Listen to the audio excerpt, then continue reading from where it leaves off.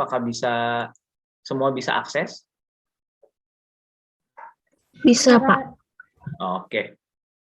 Jadi yang nanti kalau selama sama saya untuk latihan soalnya, jadi tidak akan ditutup. Jadi nanti kalian bisa mengerjakan kapan saja gitu. Yang penting dikerjakan dan ya sebisa mungkin nggak perlu menyontek gitu, karena ya yang penting kalian mengerjakan, yang penting ada nilainya saja. Dan itu untuk latihan juga. Oke. Oke, jadi kita mulai dulu. Pertemuan kedua ini tentang ikatan kimia. Nah, jadi kalau ikatan kimia itu ya berkaitan sama keberadaan zat. Oh, gitu. Monggo yang tadi Mas Otman ada yang tanya di grup di chat tentang grup Kimdas, kalau sudah ada harusnya tadi. Saya sudah dimasukkan soalnya sama Mas Otman. Jadi kalau untuk ikatan kimia ini tujuannya adalah menuju kestabilan. Jadi supaya si atom jadi lebih stabil. Jadi kan kalau stabilitasnya atom itu, kalau atom sendirian itu nggak stabil. Jadi dia kan seperti yang sudah dibahas kemarin. Nah, oke.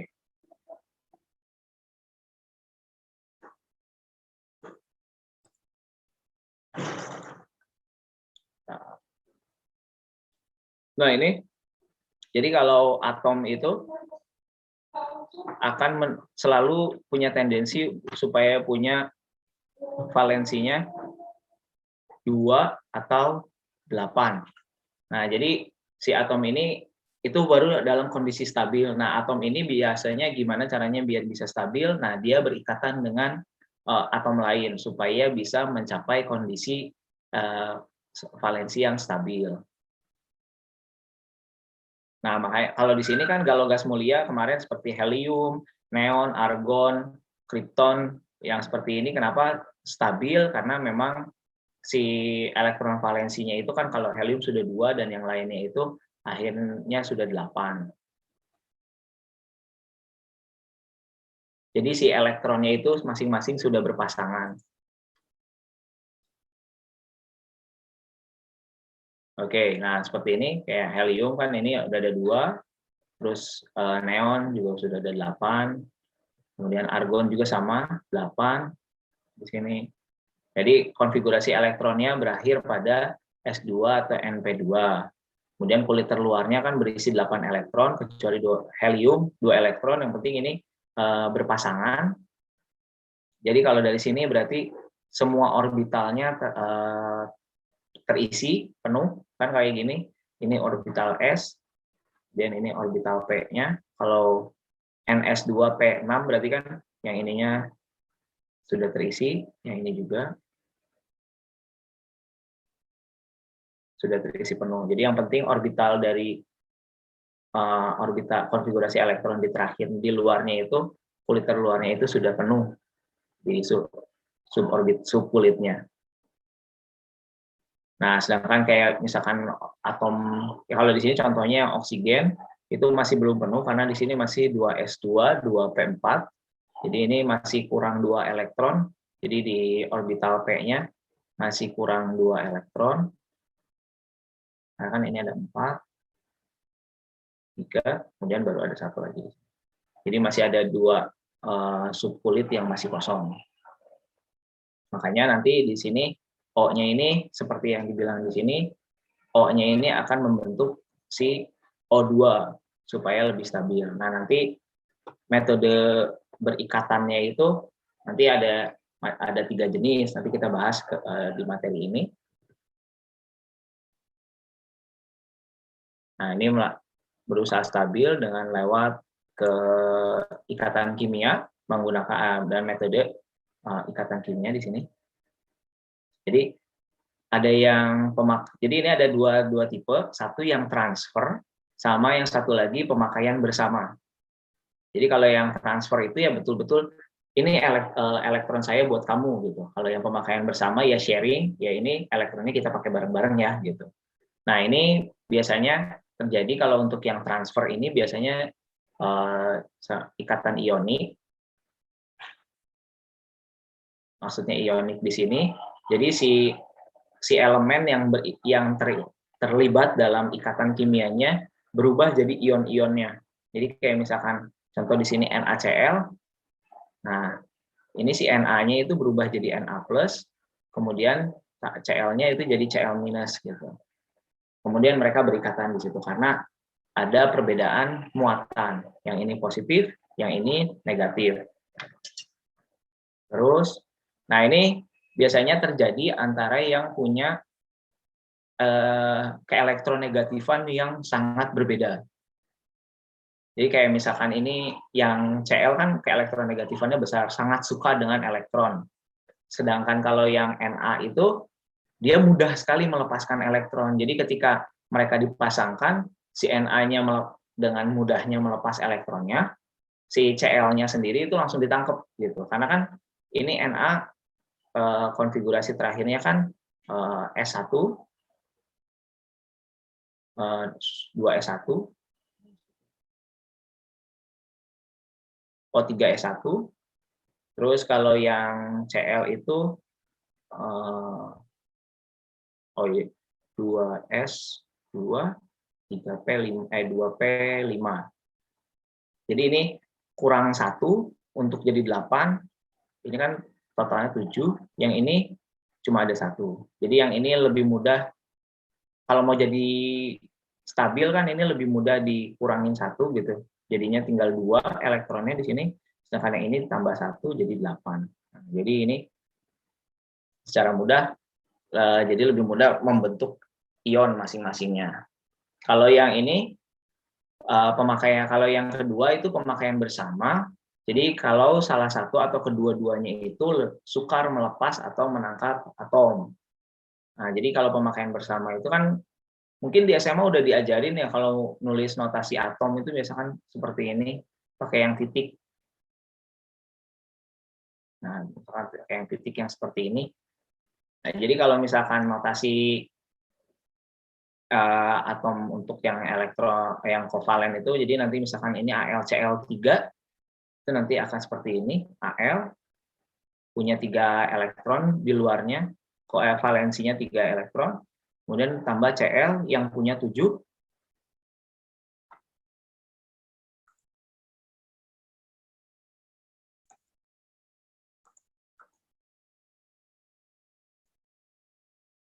punya 7 di sini, 1, sama yang di sini juga gitu. Nah, jadi ikatan kovalennya tuh dari sininya.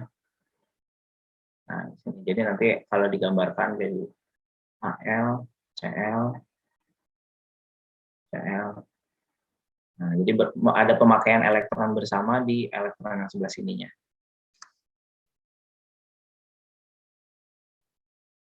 Oke. Nah, jadi ikatan ionik itu adalah ikatan elektrokovalen. Jadi terjadi antara atom yang tadi mudah melepas potensi antara yang potensi ionisasinya kecil dengan atom-atom yang afinitas elektron atau keelektronegatifannya itu besar. Jadi biasanya di golongan 1A, 1A, 2A sama golongan 7, yang golongan ujung gitu. 6 sama 7, misalkan yang ini Na, Mg, terus K, Li, Ca, kalau yang di sini Cl, Br, F, S, O. Nah, ini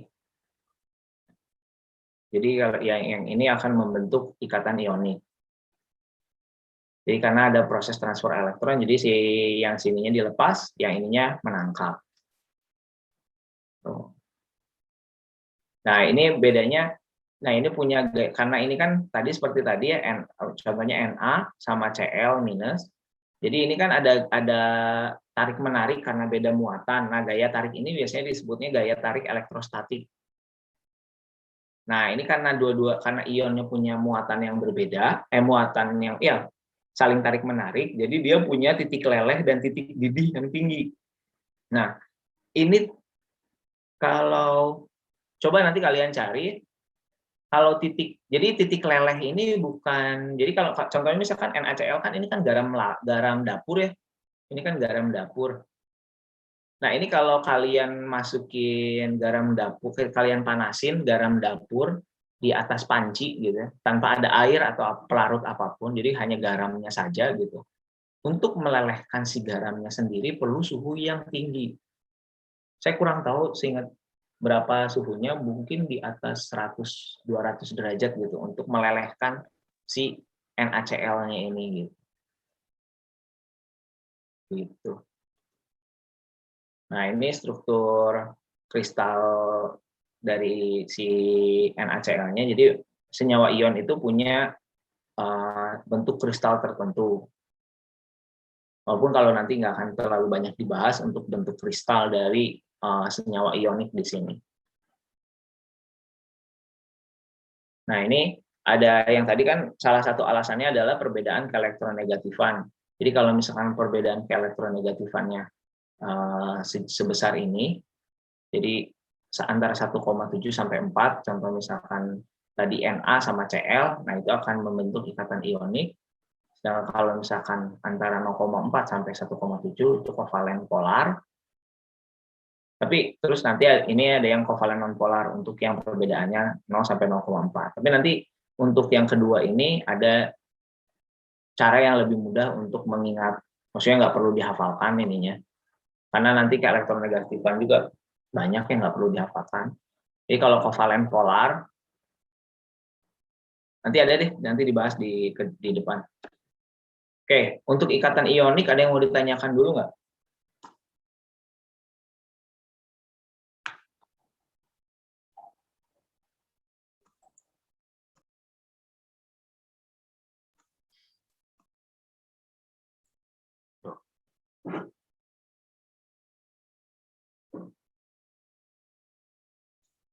Silakan kalau ada yang mau ditanyakan.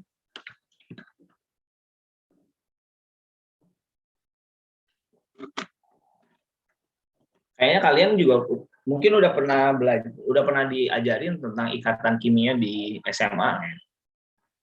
Jadi ini cuma review balik lagi tentang ikatan ionik sama ikatan kovalen ya. Nah, kemudian selanjutnya kita masuk ke ikatan kovalen ya. Ikatan kovalen itu yang tadi pemakaian bersama, jadi sharing. Kalau sama-sama sesama atom itu sharing elektron. Jadi kalau misalkan ini terjadi antara atom non logam, nah di sini kalau misalkan terjadi antara atom non logam, jadi kalau misalkan lihat di sini ada atom H, di sini ada hidrogen. Padahal hidrogen kan ini termasuk golongan 1 ya, golongan 1A. Dan ini kan Cl termasuk golongan 7A ya. Nah ini kan kalau menurut aturan ikatan ionik tadi kan sebetulnya akan terbentuk ikatan kovalen, ikatan ionik gitu, karena golongan 1A sama 7A. Tapi harus diingat kalau hidrogen ini non logam. Jadi salah satu atom yang non logam di golongan 1. Jadi kalau misalkan hidrogen sama atom-atom lain, dia cenderung membentuk ikatan kovalen. Karena enggak, jadi kalau hidrogen itu biasanya tidak muncul sendiri gitu sebagai ion di dalam suatu larutan. Walaupun itu larutannya asam, dia akan berpasangan sama si Cl-nya misalkan atau NO3-nya seperti itu. Dan ada logam dan non logam, tapi ketika kasusnya ini logamnya ini sukar melepas elektron atau elektron EI-nya, energi ionisasinya itu besar. Jadi biasanya terjadi di golongan metaloid yang kalau di tabel periodik itu di golongan 3 gitu, tapi bentuknya begini ke bawah. Ini golongan 3A gitu di sininya. Nah, nanti ada golongan metaloid itu cenderung lebih susah melepaskan elektron dibandingkan logam-logam transisi atau logam golongan 1A dan 2A. Nah, itu akan cenderung membentuk ikatan kovalen. Jadi kalau seperti ini, pasangan elektronnya dipakai bisa lebih dari satu pasang. Yang penting memenuhi ketentuan oktet dari aturan Lewis. Nah, ini oktet. Jadi semua atom punya 8 elektron setelah berikatan, 8 atau 2 gitu kalau kasusnya hidrogen. 8 atau 2 elektron setelah berikatan. Nah, seperti ini notasi penulisan atomnya. Ini H, ini ada ininya. Nah, ketika berpasangan digambarkan seperti ini. Itu kalau untuk oksigen, kalau misalkan ini digambarkan seperti ini. Nah, kalau misalkan dipakainya lebih dari satu pasang, berarti digambarkannya ikatannya ganda seperti ini. Jadi tidak, kalau ini kan yang dipakainya hanya satu pasang, jadi cuma satu single bond. Nah, ini yang double bond, yang seperti ini ikatan ganda. Nah, ini HCl juga sama. Penggunaannya satu pasang, jadi ikatannya single bond. Nah, ini untuk catatan saja. Kalau senyawa ion, logam golongan 1A dan 2A, sama logam transisi juga. Kalau untuk senyawa kovalen, untuk non-logam. Nah, ikatan kovalen itu ikatannya lebih lemah daripada ikatan ion, sehingga titik didih sama titik leleh senyawa kovalen itu jauh lebih rendah. Contoh senyawa kovalen itu air, salah satu senyawa kovalen. Nah, jadi kan titik didih air kan cuma 100 derajat Celcius, sudah itu dia mendidih gitu. Nah, dibandingkan dengan yang tadi NaCl yang bisa beberapa ratus derajat di atas titik didih air atau titik lelehnya. Titik leleh air pun sama kan, cuma 4 derajat Celcius juga sudah jadi air. 0.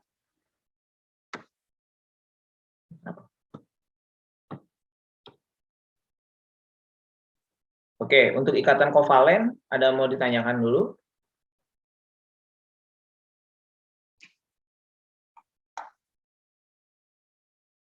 Belum ada, Pak.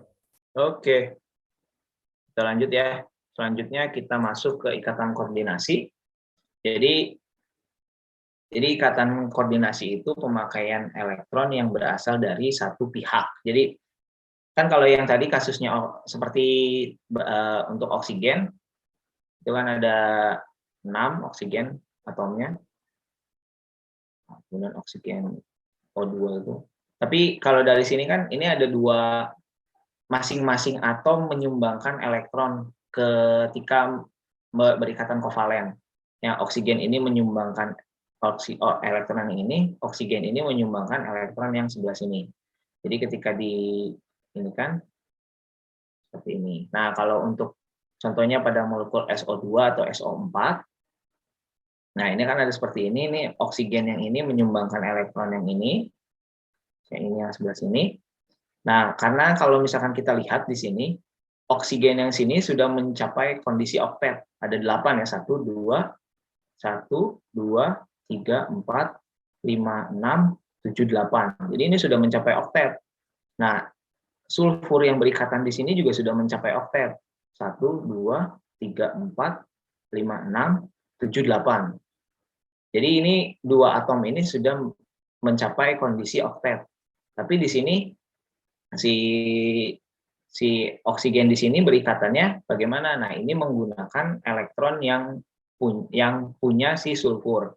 Jadi dia pinjam menggunakan elektron yang si sulfur ini, sehingga si oksigen di sini mencapai oktet. 1, 2, 3, 4, 5, 6, 7, 8. Nah, seperti itu. Ini biasanya untuk notasinya itu tanda panah. Jadi nanti O, S, panah O. Ini untuk notasi penulisan untuk ikatan koordinasi. Oke. Kalau yang ini untuk H3O+, H3O+ ini kondisi di mana H2O dalam kondisi asam. Jadi H+-nya berlebih.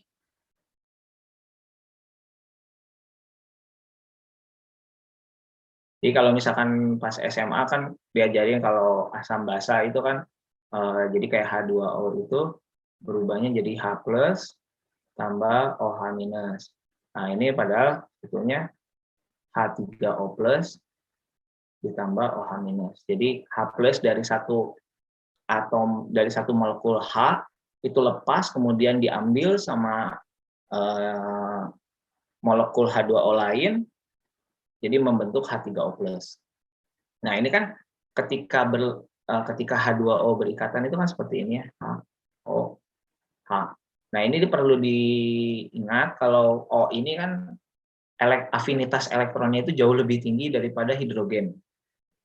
Jauh lebih tinggi. Jadi elektron itu akan lebih suka ke oksigen dibandingkan ke hidrogen. Jadi ketika si ikatannya putus antara oksigen dan hidrogen yang sebelah sini putus, si elektron ini akan lompat ke belah sini.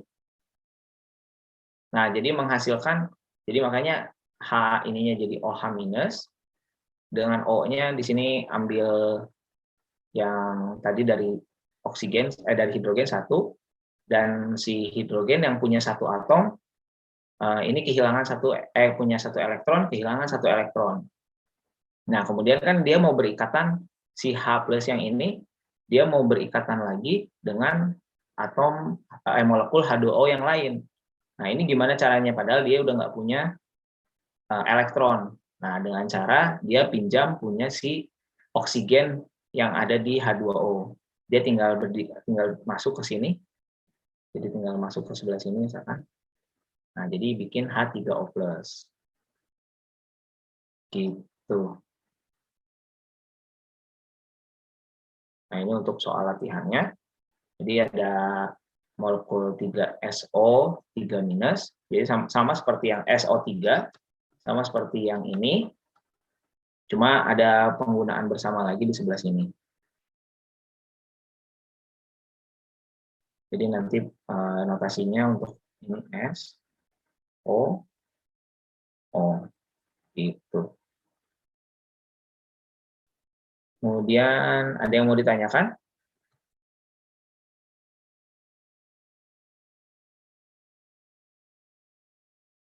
Oke, sampai sini untuk ikatan koordinasi ada yang mau ditanyakan?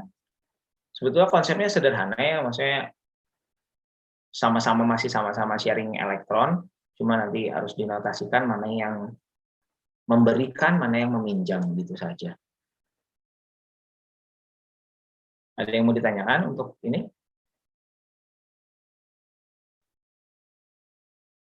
Kalau tidak ada, saya lanjutkan dulu. Belum, Pak. Oke. Nah, kemudian kita masuk ke senyawa kovalen polar dan non-polar.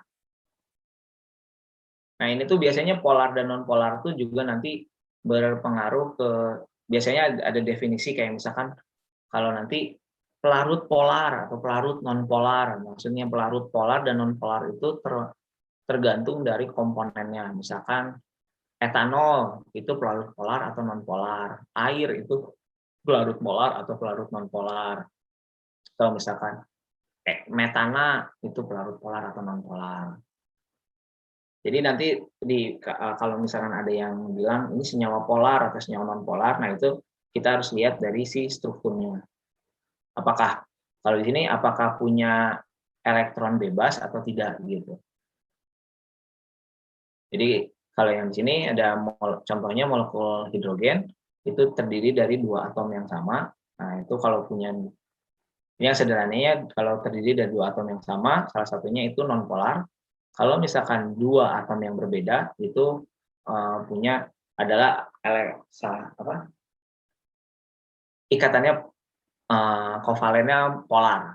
Karena kalau misalkan dua atom yang berbeda seperti ini hidrogen sama Cl itu pasti punya elektron negativitas yang berbeda. Jadi mau elektron negativitasnya, misalkan elektron negativitasnya yang satu 0,5, kemudian yang atom kedua, ini misalkan ada atom A 0,5, yang B itu 0,6, itu tetap elektron negativitasnya itu berbeda. Jadi ini pasti senyawanya polar. Nah, terus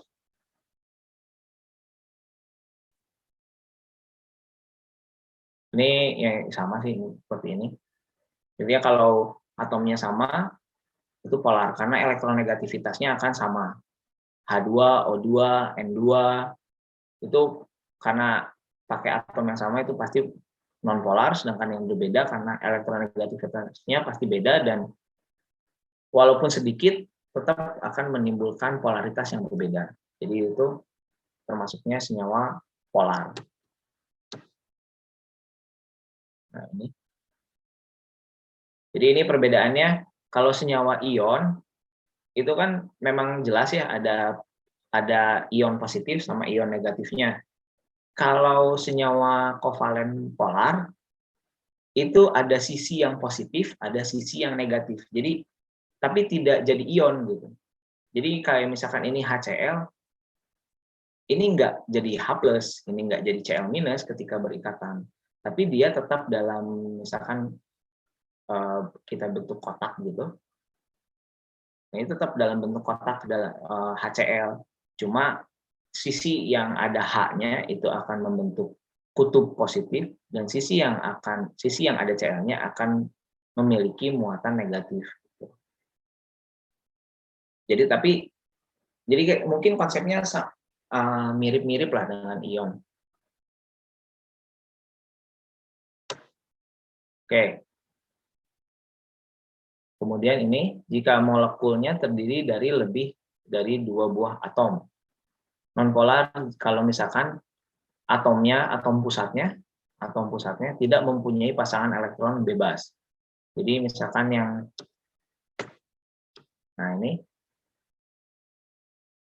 kan ini ada BF3. BF3 berarti kan B-nya ada 3 elektron valensinya karena ini golongan 3. Kemudian ada F yang golongan 7A, punya 7. Nah, ketika berikatan, si B sebagai atom pusatnya itu nggak punya elektron bebas di sebelah sininya. Berarti ini jadi senyawanya nonpolar. Contoh lainnya misalkan NH3. Kalau NH3 nanti polar. Misalkan CH4. Kan C punya 4 elektron,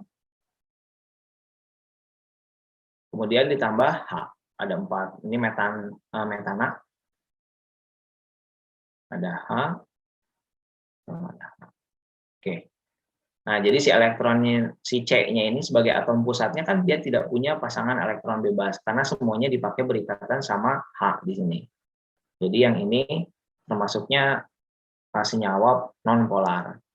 Nah, kalau misalkan atom pusatnya punya elektron bebas, seperti air, atau misalkan tadi NH3, kan NH3 juga golongannya golongan 5A. Jadi N, dia punya 3 di sini, tambah H, tambah H, ditambah H. Dia punya pasangan elektron bebas di sini. Jadi dia punya polar. Dia jadinya polar.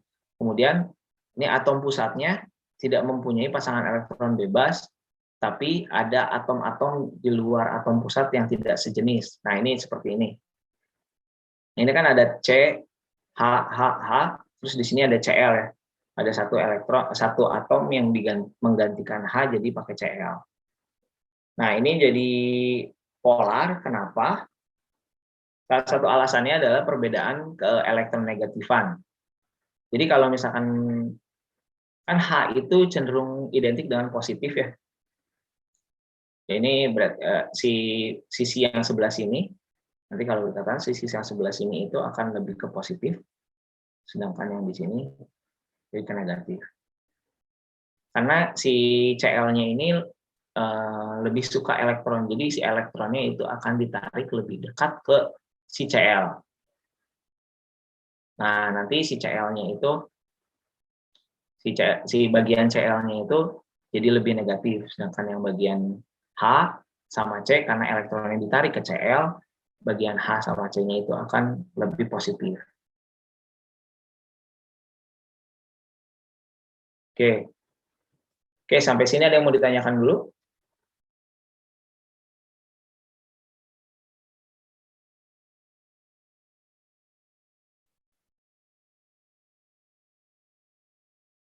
Silakan kalau ada yang mau ditanyakan. Belum, Pak. Belum? Oke. Jadi ini untuk ikatan kalau yang polar sebenarnya yang mudahnya nanti mudah bayangkan ini seperti bola pejal gitu. Jadi kayak bola squishy. Nah, seperti squishy. Nah, jadi salah satu sisi squishy-nya itu Cl, yang satu sisi squishy-nya lain yang berikatan dengan yang lain gitu. Nah, lihat mana yang punya keelektronegatifan paling besar gitu. Kalau misalkan sama seperti ini berarti kan bentuknya akan sama gitu ya.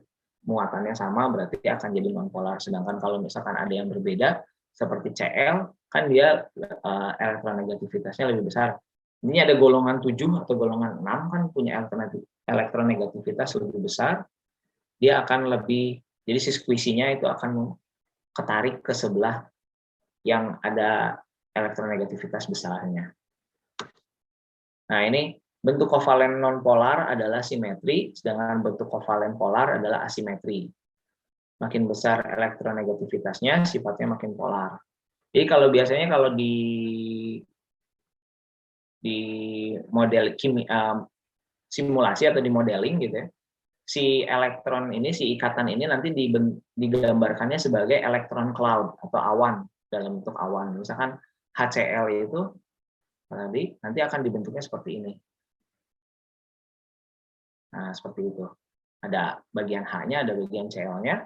Terus kan kalian familiar mungkin dengan peta topografi. Yang petanya tuh ada macam-macam warnanya. Kalau misalkan tinggi warna merah, kalau rendah warna hijau gitu. Pernah lihat kan ya? Nah, kalau di sini juga sama, nanti akan ada kayak gambar distribusinya gitu, topografinya. Nanti yang biru, yang positif itu biasanya warna hijau atau biru gitu sebelah sini. Terus kemudian kalau yang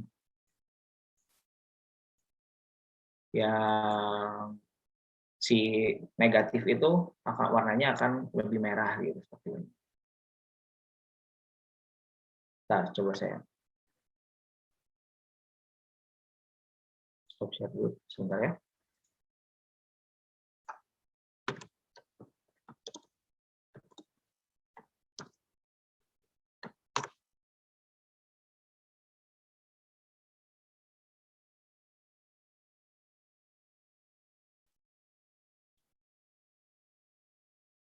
Salah.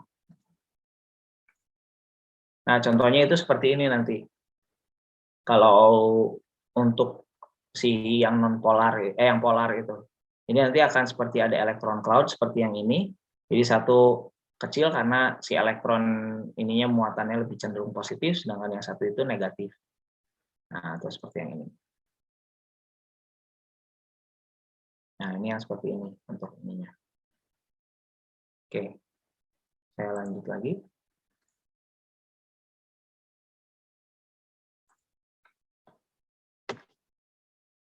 Oke, kemudian kita lanjut ke ikatan hidrogen. Jadi kalau secara umum kalau MR-nya makin tinggi, massa molekulnya semakin tinggi, maka titik didihnya itu makin tinggi. Seperti yang di sini ada contoh di sini ada CH4,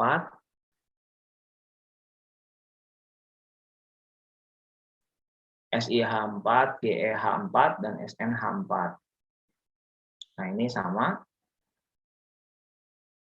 Nah, biasanya ini titik didihnya kan meningkat karena si Sn ini kan lebih bawah, lebih berat daripada si C-nya. Ini dalam satu golongan ke bawah. Ini C, ini Sn. Tapi ada penyimpangan pada senyawa-senyawa hidrogen dari unsur-unsur golongan 5, 6, sama golongan 7A. Nah, yang ini nih, 3 ini. Di NH3, H2O, sama di HF.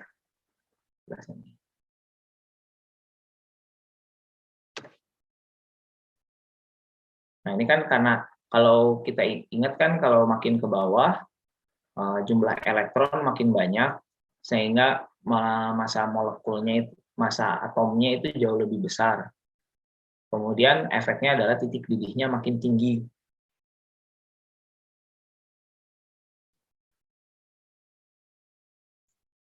Oh, oke. Monggo yang kalau ini ya untuk yang misalkan tidak bisa menyalakan kameranya atau misalkan ada masalah di kameranya tidak apa-apa, tidak usah dinyalakan. Yang penting kalau ditanya muncul aja.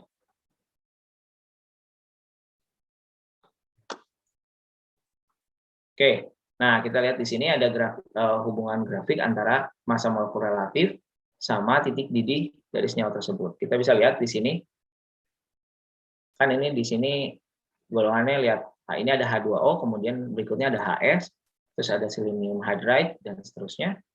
Nah, kita lihat di sini dari H2O plus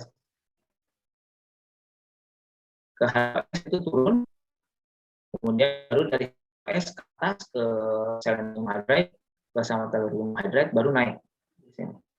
Padahal kan kalau misalkan mengikuti tren yang tadi golongan 4, seharusnya kan H2O terus naik ke H2S, terus naik lagi ke H2SE, terus naik lagi ke H2TE. Ini kan seharusnya seperti ini gitu.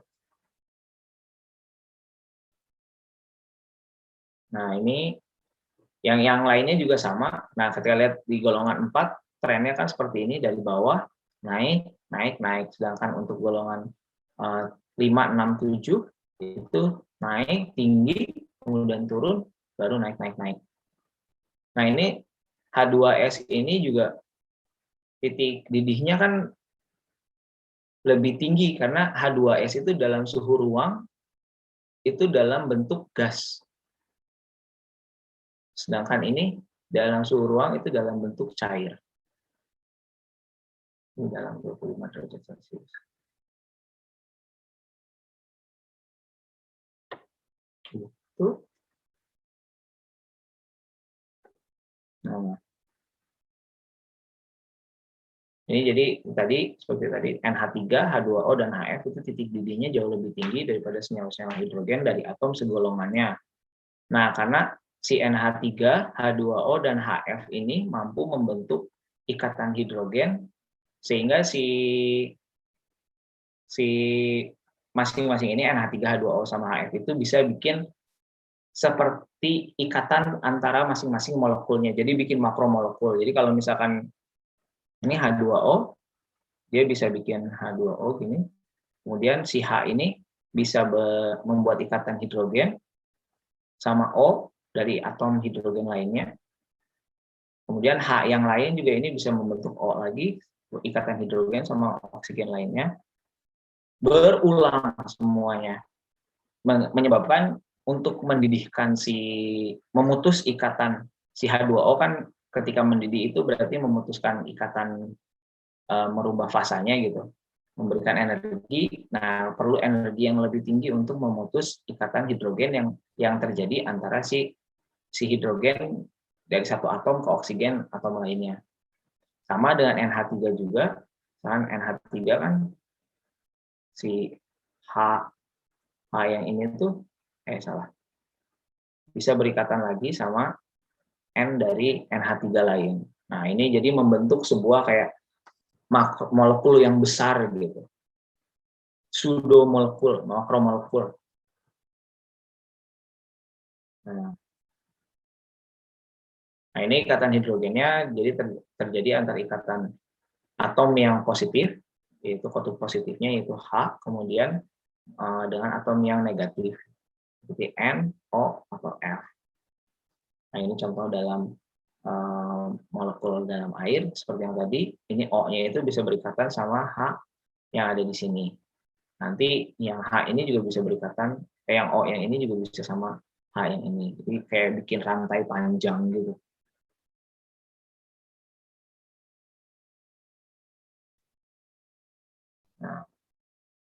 Nah, ini ikatan hidrogen juga bisa terjadi pada senyawa karbon, tapi tetap targetnya itu masih antara H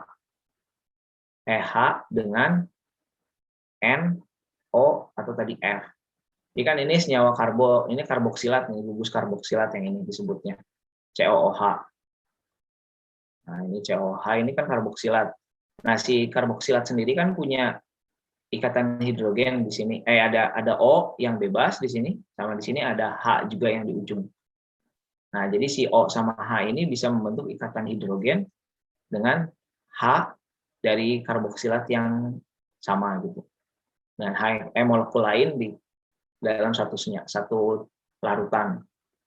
Ini O-nya juga bisa membentuk sama H. Nah, ini berlaku sama untuk molekul-molekul lain selama itu memiliki H yang bebas sama NOF yang bebas. Jadi kalau ada atom nitrogen, oksigen atau fluorin yang bebas, dia akan bisa membentuk si ikatan hidrogen. Meskipun di sininya ada C-nya, ada B-nya atau yang elemen lain gitu, selama itu seperti ini kondisinya dia bisa. Oke, sampai sini ada yang mau ditanyakan?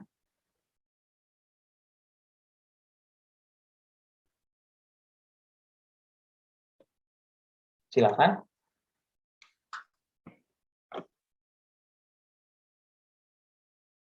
Monggo Mbak Feni. Mohon maaf Pak, saya izin bertanya. Kemarin di soal e-learning kan ada soal mengenai atom yang mengecil di tabel periodik.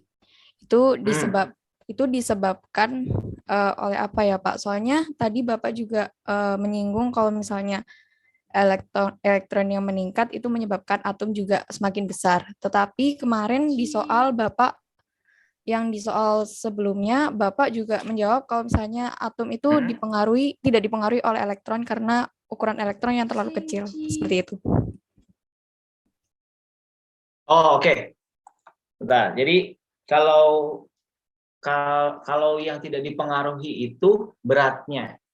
Jadi berat dari sebuah atom itu tidak dipengaruhi oleh elektron karena berat elektron itu sangat kecil.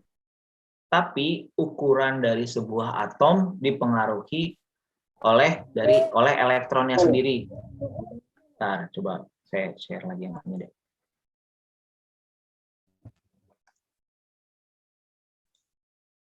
Oke, bisa lihat ya?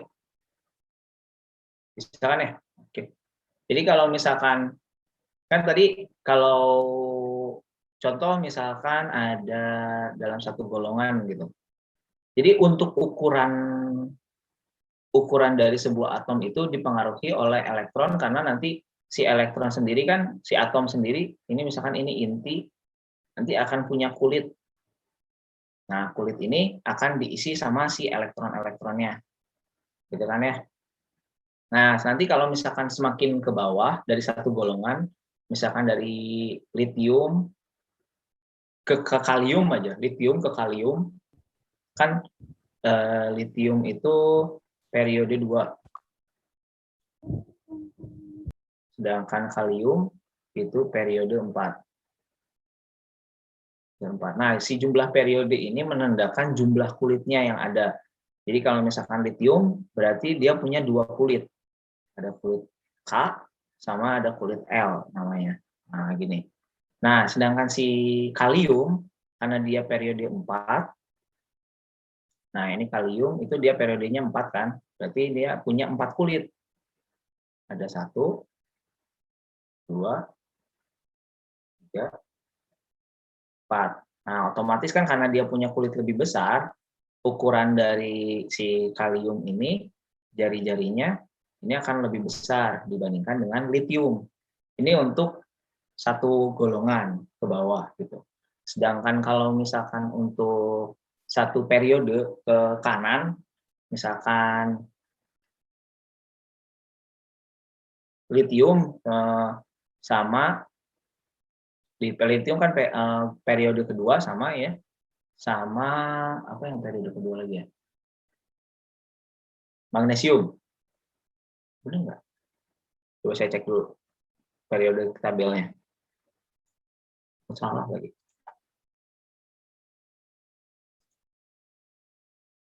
Oh, berilium. Oke, sama nitrogen lah. Nitrogen sama-sama periode 2.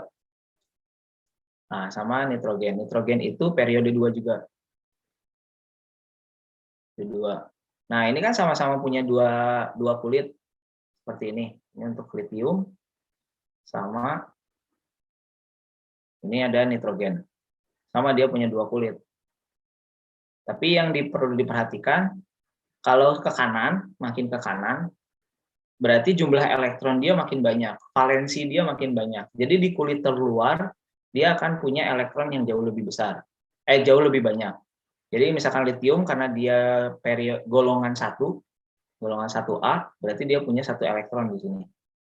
Sedangkan nitrogen, dia kan golongan 5, tandanya berarti dia punya 5 elektron di sini. Nah, misalkan gitu lah. Nah, ini efeknya adalah ketika si elektron muatannya negatif nih. Si inti ini muatannya positif. Jadi ketika elektronnya jauh lebih banyak, daya tarik si elektron ke inti itu akan jauh lebih besar dibandingkan jadi jauh lebih besar. Jadi si jari-jarinya itu akan mengecil gitu. Karena kan lebih tertarik ke inti. Jadi sehingga kalau dalam satu periode si jari-jarinya itu akan yang elektronnya sedikit itu akan lebih besar dibandingkan yang elektronnya banyak gitu. Itu untuk ukuran atom. Jadi kalau misalkan tadi pertanyaan Mbak Feni, ini penyebab kalau kenapa elektron makin banyak jadi makin besar, titik jadi makin tinggi, terus tapi tidak mempengaruhi beratnya karena sebanyak apapun berat elektron itu massa elektron itu kalau nggak salah massa elektron itu sekitar 1/1000-nya gitu massa proton atau neutron gitu. Jadi untuk beratnya dia tidak mempengaruhi gitu Mbak.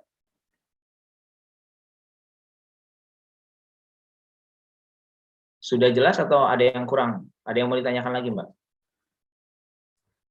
Sudah jelas. Berarti kemarin yang jawabannya itu dipengaruhi oleh elektronnya ya Pak ya? Iya. Nah, terima kasih Pak. Oke. Yang lain ada yang mau ditanyakan?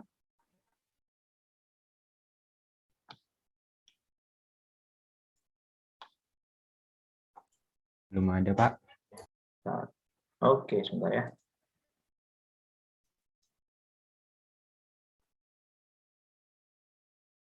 Kalau soal kemarin nggak ada masalah kan ya?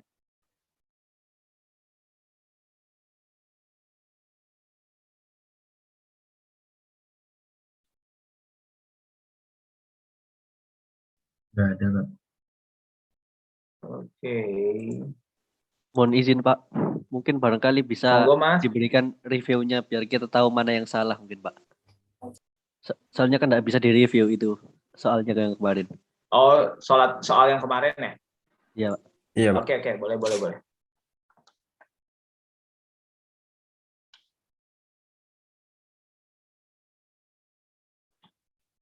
Sebentar, saya cek dulu ya. Oke, saya share screen dulu.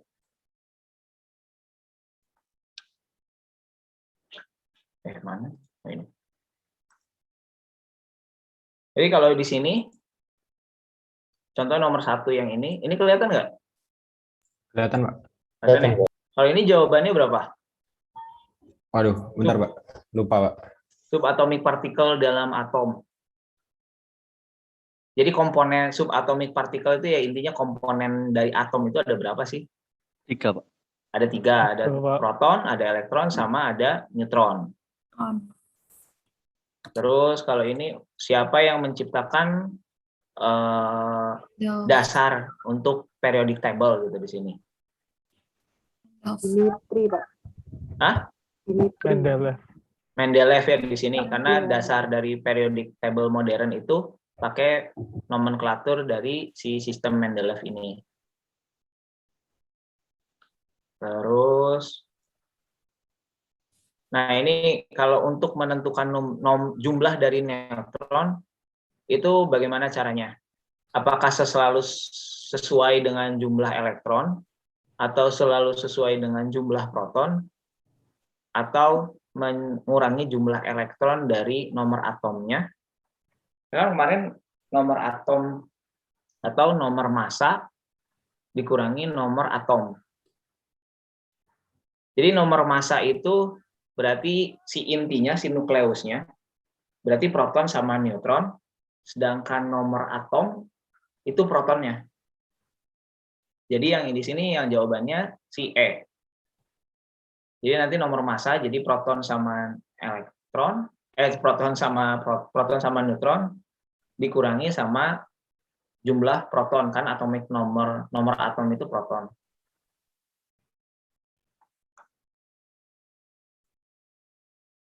Oke, tadi yang mana sih? Oh, ini. Nah, ini kalau ini mana yang halogen? Halogen itu golongan berapa? 7A. 7A. Oke, mana yang golongan 7A di sini? Bromin. Bromin ya, Cl, yang C ya ini. Kan golongan 7A tadi Cl, Br, FCl, Bri. Itu yang halogen. Nah, ini periode berapa dan grup berapa fluorin dalam periode tabel? Periode 2. Golongan Oke. 7A. Ini gampang ya, tinggal cari periode 2. Ini grup 17, maksudnya ini pakai yang penomoran 1 sampai 17. 17 itu sama dengan 7A. Ya, bisa dikurangi 10 aja. Terus berikutnya. Ini partikel subatomik mana yang punya muatan negatif? Proton, neutron, elektron atau quark atau Higgs boson. Gampang ya ini ya. Elektron kalau ini. Ya. Pak. Oke, jadi ini kalau sebuah elemen punya 14 proton, 15 neutron dan 14 elektron, maka nomor masanya berapa? 29, Pak. 29 ya. Karena nomor massa tadi proton ditambah neutron. Kalau nomor atomnya berapa? 14. 14. Oke. Nah, kalau ini apakah ion apa itu ion?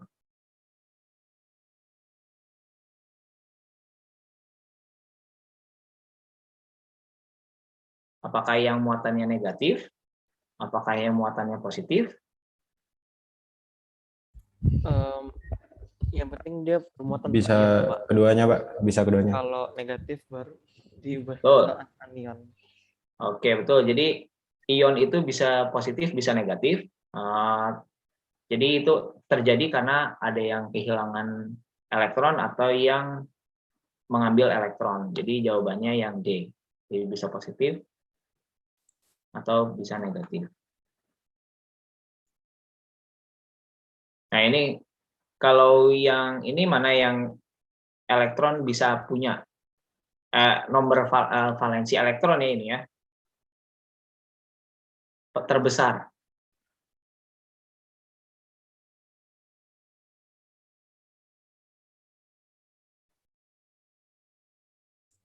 Delapan. Oke, kalau yang ini ini elektron valensi ya, bukan konfigurasi. Karena ini ditanyanya elektron valensi, jadi bisa yang paling besar itu 18.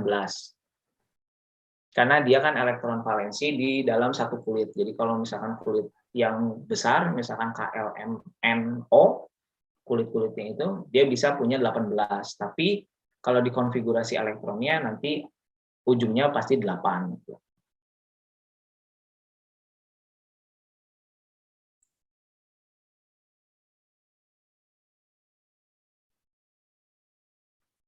Oke, kalau sebuah atom punya 12 subatomik partikel yang bermuatan positif, kalau misalkan mau jadi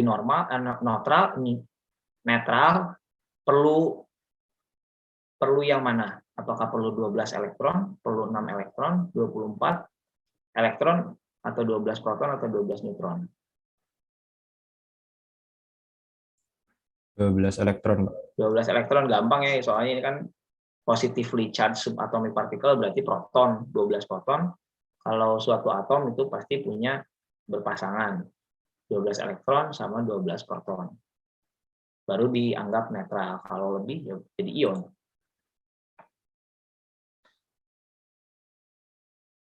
Nah, ini gampang. Ini muatan neutron mudah ya, 0. Kalau muatan positif, elektron. Kalau muatan positif, proton. Kemudian ini ada atom punya 26 proton, 26 elektron, sama 30 neutron. Kemudian nomor masanya berarti berapa kalau yang ini? 56, Mbak. Oke, betul, 56. 26 tambah 30, proton sama neutronnya. Berarti nomor atomnya berapa di sini? 26. 26, betul. Oke, ini. Nah, ini as you move across periodic table, jadi kalau misalkan bergerak secara periode ke kanan, atomnya itu jadi lebih kecil karena ukurannya, jari-jarinya. Apakah karena lebih berat, atau karena lebih ringan, atau karena lebih mudah, karena punya lebih banyak proton? Kayaknya ini salah yang berarti ini ya. Harusnya jawabannya E, tapi harusnya tulisannya harus opsinya adalah the atom have more electron. Iya. Iya, Pak. Semakin banyak elektronnya kan semakin kecil jari-jarinya. Ya, semakin banyak elektronnya dia semakin kecil jari-jarinya. Berarti yang ini nanti diperbaiki. Oke. Mana lagi tadi ya? Oh, ini. Nah, ini kalau atom dari sesuatu elemen yang sama tapi punya jumlah neutron yang berbeda, disebutnya apa? Isotop. Nah, betul, isotop. Jadi isotop itu yang membedakannya hanya di jumlah neutronnya. Proton sama elektronnya sama, tapi neutronnya beda. Jadi kayak C12 sama C13 berarti ada perbedaan satu tambahan neutron di intinya. Jadi jumlah proton elektronnya sama.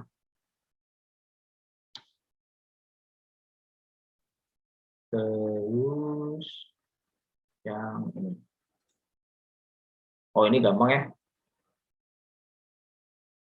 Kenapa ada emotikonnya di sini? Partikel yang berputar-putar, yang bergerak di sekeliling inti. Ini gampang, di sini elektron yang mengorbit inti itu elektron, yang di intinya neutron sama proton. Nah, ini kalau berat dari atom ada di mananya? Ada di inti atomnya. Karena inti atom yang punya berat paling signifikan ada proton sama neutronnya.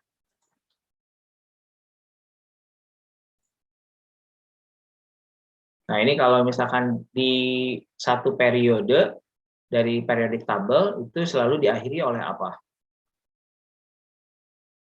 Gas mulia. Oke, gas mulia ya. Ini D, gas mulia. Kemudian elektron valensi dari karbon berapa? 4 ya. 4, Pak. Karena dia golongan 4A, jadi elektron valensinya 4. Kemudian kalau dalam satu kolom yang dia selalu punya nomor apa yang sama? Dia punya apa yang sama kalau di dalam satu grup? Maka sama protonnya, sama neutronnya, sama valensinya, sama intinya, atau sama elektronnya. Sama Jadi valensinya, Pak. Valensi. Betul. Jadi jawabannya ini valensinya yang sama untuk ini.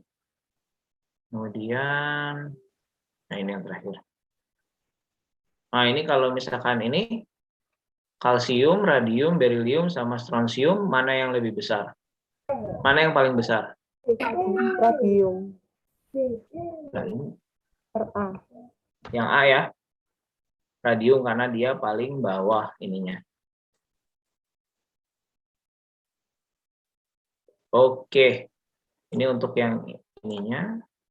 untuk latihan soal yang kemarin, nanti saya akan buat lagi soal untuk minggu ini. Jadi dicek aja. Seperti yang saya bilang, kalau nanti latihan soalnya ini nggak ada batas waktunya, yang penting dikerjakan. Ini sementara, ini latihan soalnya, ada latihan soal di sini. Bentar. Sudah kelihatan belum? Udah ya? Nah, nanti ini latihan soal yang akan saya masukkan ke aula. Nanti silakan dikerjakan. Ini nanti mungkin kalau diketik apa ya?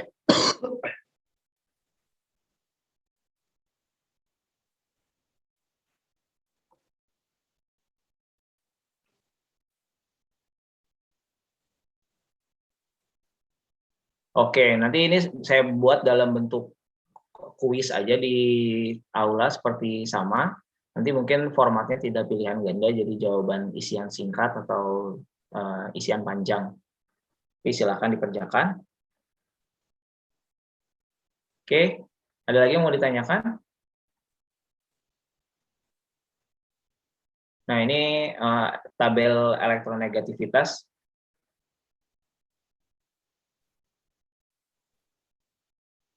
Ini materinya sudah selesai. Kalau untuk materi ikatan kimianya, silakan kalau ada yang mau ditanyakan dulu. Jadi kalau silakan kalau ada yang mau bertanya, tanya dulu.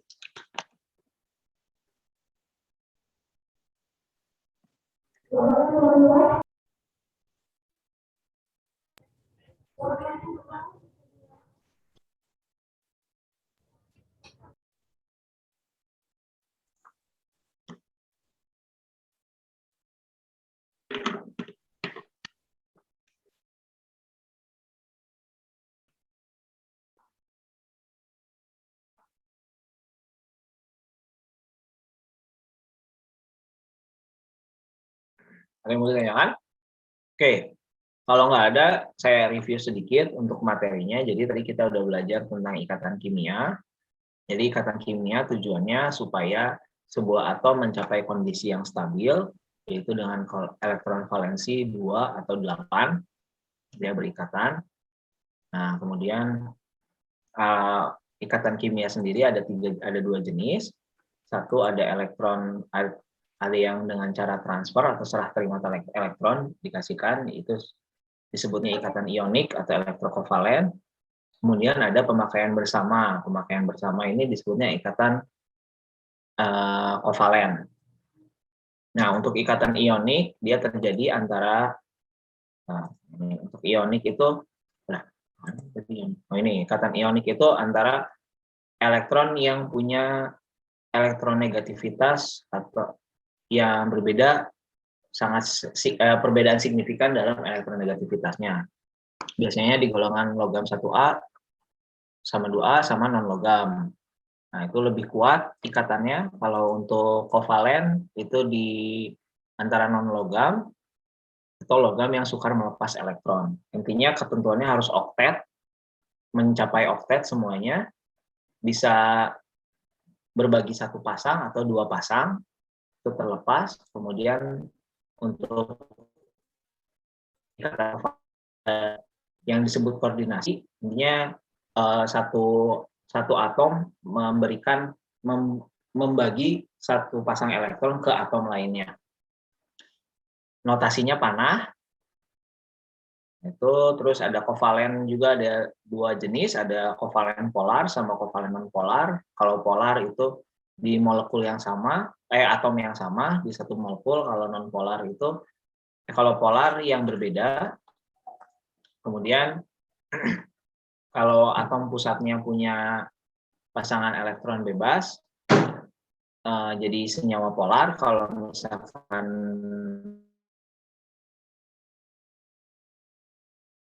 punya elektron yang berbeda grup, jadi atom jadi valen polar. Ini bentuknya non simetri, kemudian terakhir ada ikatan hidrogen. Jadi ikatan hidrogen itu terjadi kalau H ketemu sama N, O sama F.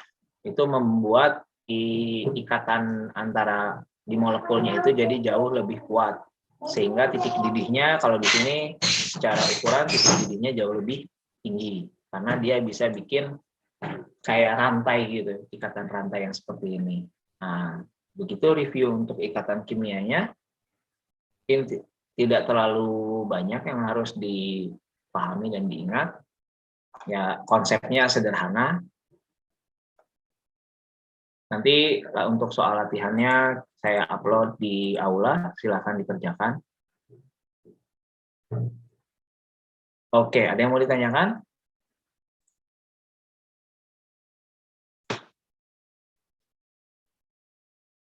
Cukup, Pak.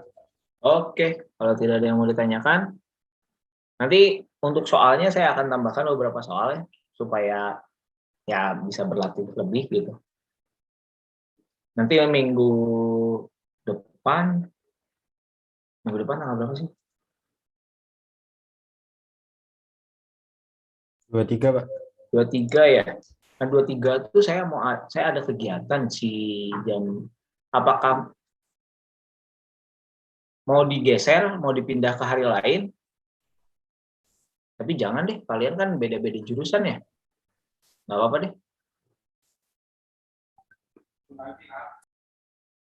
Oke, jadi nanti soal latihannya nanti akan dibahas di minggu berikutnya. Nanti kalian kerjakan dulu. Oke. Tidak ada pertanyaan lain? Tadi presensi udah pada isi belum? Presensinya pakai yang push me itu kan ya? Kalian masuknya pakai push me gitu kan? Iya, Pak. Oke, kalau pakai push me aman, berarti udah ke-record ininya. Bapak, Ya, yang untuk di kelas kimianya saya tadi belum absen, Pak. di aula. Iya. Oh, nggak apa-apa. Saksi. Nggak apa-apa kalau tapi tadi Mbaknya masuknya lewat yang push me itu kan ya, Mbak? Iya, Pak. Oh, nggak apa-apa kalau yang push me, kalau yang masuknya lewat push me itu absennya langsung terekam ke sistem. Jadi yang kemarin saya siapkan di aula itu karena takutnya ada kasus yang seperti minggu lalu, push me-nya belum beroperasi jadi nggak bisa dipakai. Jadi jaga-jaga saja. Jadi kalau yang udah absen masuknya lewat push me sudah aman. Oh ya, baik Pak. Terima kasih. Oke. Oke, yang lain ada lagi yang mau ditanyakan? Tidak ada, saya cukupkan dulu kuliahnya. Terima kasih yang sudah hadir. Nanti tolong dicek aulanya, jangan dan mohon dikerjakan latihannya. Tidak ada batas waktunya dan nggak perlu nyontek ya. Ini buat latihan, nanti juga untuk UTS. Oke, terima kasih banyak semuanya. Selamat pagi. Oke, silakan live kalau yang ini. Oke, pagi Pak. Terima kasih Iya, Pak. terima kasih, Pak. Terima kasih. Terima kasih, Pak. Sama-sama. Terima kasih, Pak. Terima kasih, Bapak. Izin live ya, Pak. Monggo yang mau live, silahkan. Oh, ini masih ada nggak? Oh, Terima kasih. sama-sama. Mohon izin live, Pak. Monggo. Tunggu, Pak. Sebelumnya ada saya yang terlupa, Pak. Teman-teman ini kan kayaknya pada bilang mau minta di review per meter di aulanya, Pak. Buat kayak tahu masalahnya di aula itu kelihatan merah atau enggak gitu, Pak. Apa gimana? Kan kemarin kan apa Di namanya review di aulanya? ya alat yang di aula itu kan tidak di permitted, Pak, sebenarnya salahnya di mana, tapi kan tadi kan sudah di review sama Oke. Pak Lutfi sendiri. Makanya ini Pak nilai yang permitted di aulanya langsung kayak misalkan keluar nilainya kalau kayak lagi kayak short quiz atau apapun gitu, Pak. Oke. Nanti saya coba. Soalnya kemarin tuh kan Ya, iya sih boleh sih. Nanti saya buka reviewnya. Tapi untuk yang soal ini nanti, soal yang latihan berikutnya, karena kan ada yang pilihan, ada yang isian singkat, yang dalam bentuk isian nanti nggak bisa dibuka reviewnya. Karena kan kalau reviewnya, bukan nggak bisa sih maksudnya, karena kan nanti isiannya itu kan nanti kalian pakai bahasa sendiri ya. Nah, sedangkan Iya, Pak. kalau di jawabannya itu nanti keluarnya itu sesuai kata kunci. Misalkan saya masukin kata kuncinya saya makan buah gitu. Tapi kalau misalkan kalian pakai kayak diksi atau misalkan format yang berbeda gitu dengan itu, nanti sama sistem akan dianggap salah walaupun makna secara kontekstualnya sama gitu. Jadi khusus untuk yang isian singkat atau isian itu akan seperti itu. Tapi kalau yang PG, pilihan ganda itu nanti sama aja ininya. Jadi nanti untuk yang isian, betul salahnya nanti akan di-review bareng-bareng lagi. Tapi untuk PG saya buka review seperti tadinya di aula ketika diisi. Oke, Pak. Baik. Oke, siap. Terima kasih, Pak, untuk pertanyaannya.